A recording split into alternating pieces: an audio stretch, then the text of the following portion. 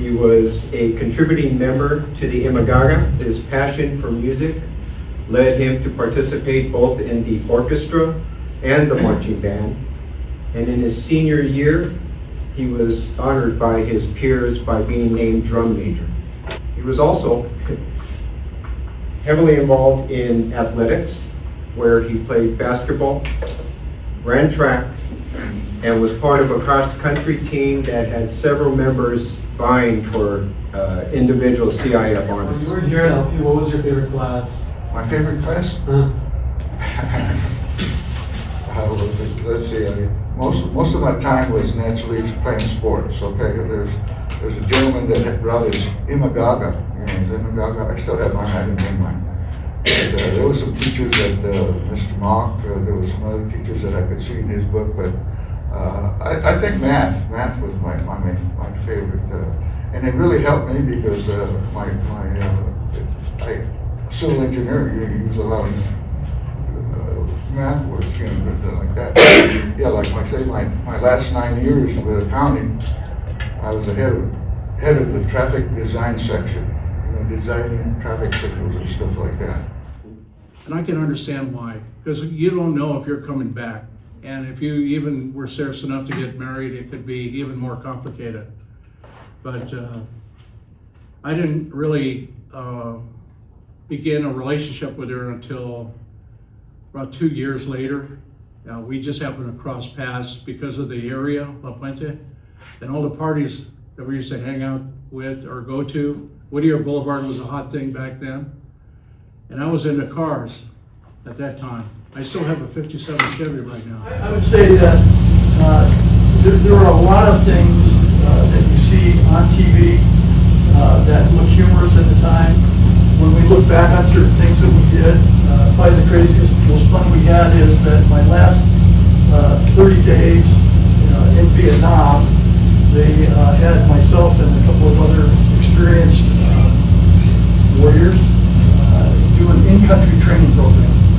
And so we would have enlisted people 3 or 4 days of that week, and then we'd have officers a couple of days.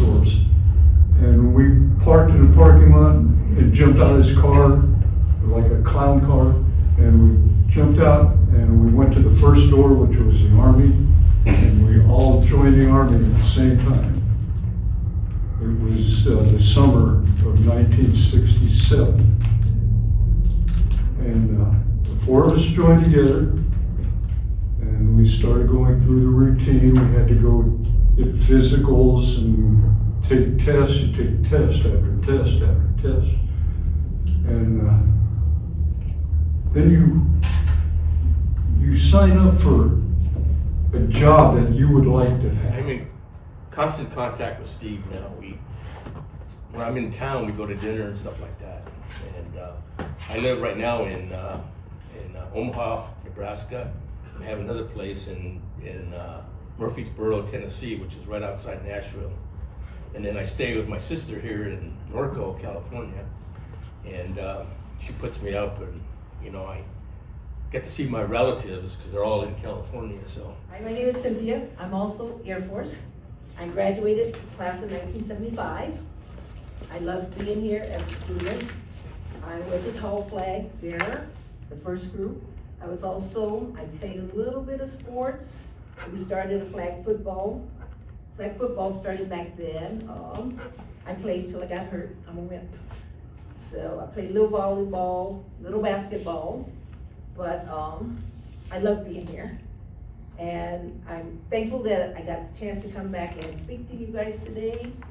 I've been Air Force.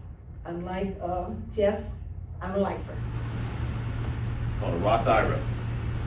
You need to look at that. Because you're under 18, your parents are going to have to sign for you. But do me a favor and do homework and look at a Roth IRA. Write that down, please. I know you don't want to. If you don't have a job, you want to put the power of. Anybody know? Ever heard of the thing? What's the most powerful thing on Earth? Force on Earth. The most powerful force on Earth is. Have you heard that term?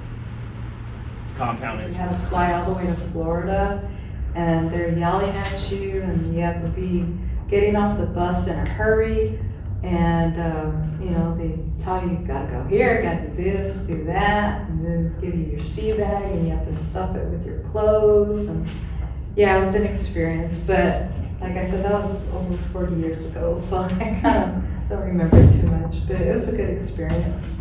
I still have friends that I still have contacts with. From the beaches in Normandy to wherever they needed to go. And that was a big thing because it got so heavy on him. They made it a system called the Red Dot Express, which basically they had priority on that road, certain roads, to deliver supplies, especially fuel. We didn't have a return date either. It was just not like our first one that was 6 months to the date. This other one ended up being 7 months, but we didn't know when we were gonna come back. When I got out of my 4 years of active duty, I'm still on contract as a reservist, but I decided to do the active reserves where you report 2 weekends of the month, 2 weeks in the summer. And in that time, it was 2004. I got to work with the Thai Navy for Operation. My best friends in the Army is a guy named Brian Anderson. And I'll tell you guys a story because we're still close to this day. But his grandfather was in the KKK. Everybody know what the KKK is? His grandfather was in the KKK. He grew up in southern Georgia, northern Florida. And, you know, he was exposed to different people and different cultures just the way I was. But I think that's one of the beautiful things. And disrespecting each other too. That goes a long way. And I think I was telling to the other kids too, is nowadays they put a label on something called emotional intelligence, even if one of the biggest things too, what I saw a lot of guys get kicked out of mental was for fighting or in trouble. Just if something does happen, just walk away. And easy.